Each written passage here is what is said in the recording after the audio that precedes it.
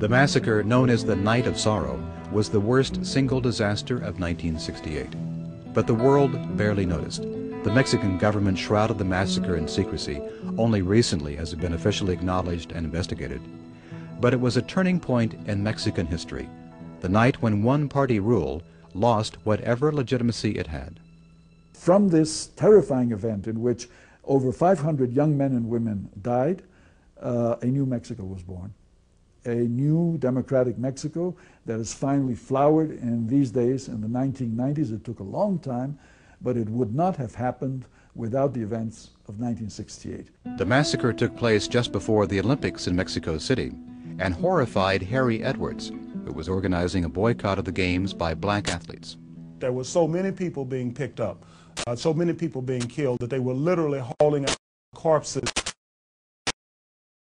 nets under helicopters like they did in Vietnam, because they did not want mass funerals and so forth, either just prior to and most certainly not during the Olympic Games.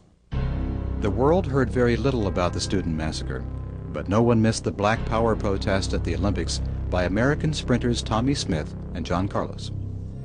Smith and Carlos' demonstration was not anti-American. It was pro-human rights, and most specifically pro-black rights.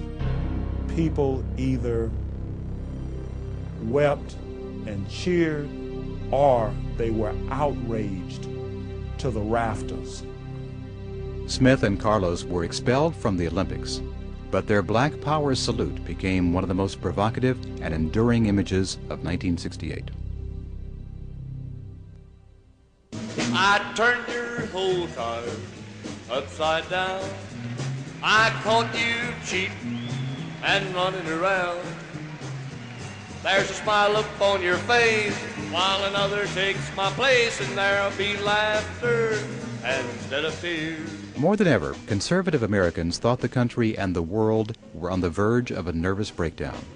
They wanted law and order. George Wallace was their man.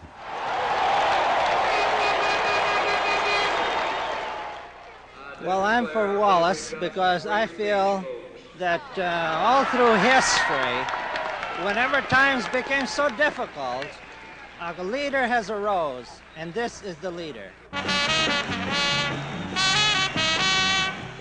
Independent presidential candidate George Wallace had once declared segregation forever. Now the Alabama governor was holding rallies as far north as San Francisco, and polls in October showed him winning 20% of the vote. What do you think's wrong with America? With America? The rioting, the trouble in the streets, the trouble in our schools, the Supreme Court, which is almost, well, let's say, we think is pro-communist. Now let's talk about law and order a moment. And we need to talk about it, but really you don't have to talk about it. You see it all around you all the time. The breakdown of law and order. The reaction that he stirred scared me because he had the capacity of just working up a crowd to a frenzy.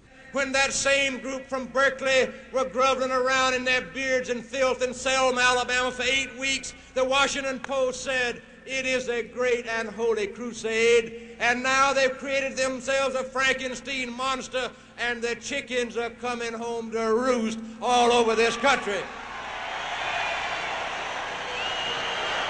Wallace enjoyed responding to the protesters who heckled him. Come up here after I've completed my speech, and I'll autograph your sandals for you. I'll let you do that.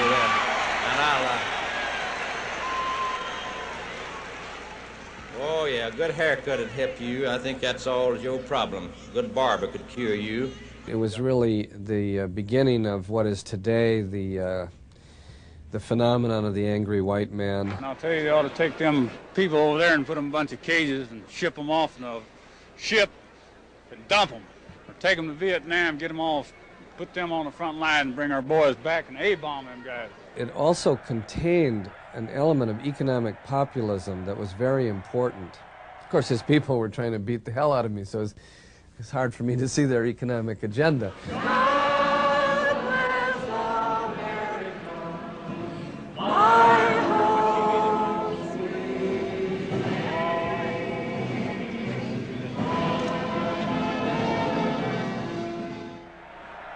The more mainstream law and order candidates, Nixon and Agnew, built up a commanding lead over the hapless Hubert Humphrey.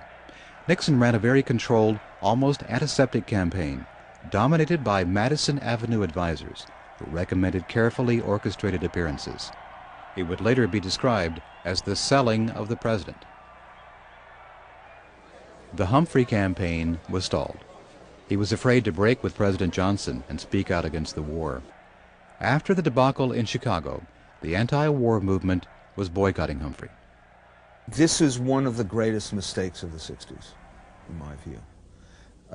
The election was so close that you can attribute many factors to the margin of difference. But certainly one of the factors was that those who hated the war decided to be so pure as to sit it out. I was one of them. I know very few people who voted in that year, and we were wrong. It would never have entered my mind to vote for Hubert Humphrey, who was, as far as I was concerned, was deeply implicated in the war. Late in the campaign, Humphrey did finally say he would unconditionally stop the bombing of North Vietnam. Immediately, his poll numbers shot up.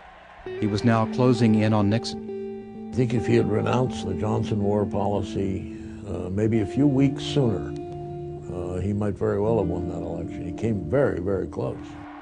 Nixon won by a razor-thin margin, less than 1% of the vote. The Vietnam War would last 7 more years. Johnson's war became Nixon's war. It's important for the youth of a generation to feel that they can change the world, because they really can.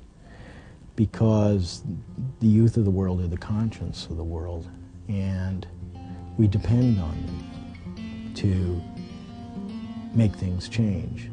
And that was a time of tremendous change where youth were tremendously motivated.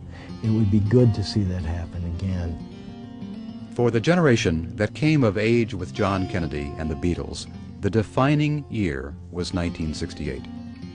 As Jules Whitcover has written, it's the year when the dream of a nobler, optimistic America died, and the reality of a skeptical, conservative America began to fill the void. I think there's an amount of bitterness and animosity that our generation is going to carry to its grave. It is a generation forged by the war in Vietnam and the struggle for racial equality, a generation robbed of hope by political assassination. It was the year a spirited, rebellious generation lost its innocence. 68 is the cusp between the hope and the rage, and it's in many ways the years when the most benign hopes burned out or were obliterated.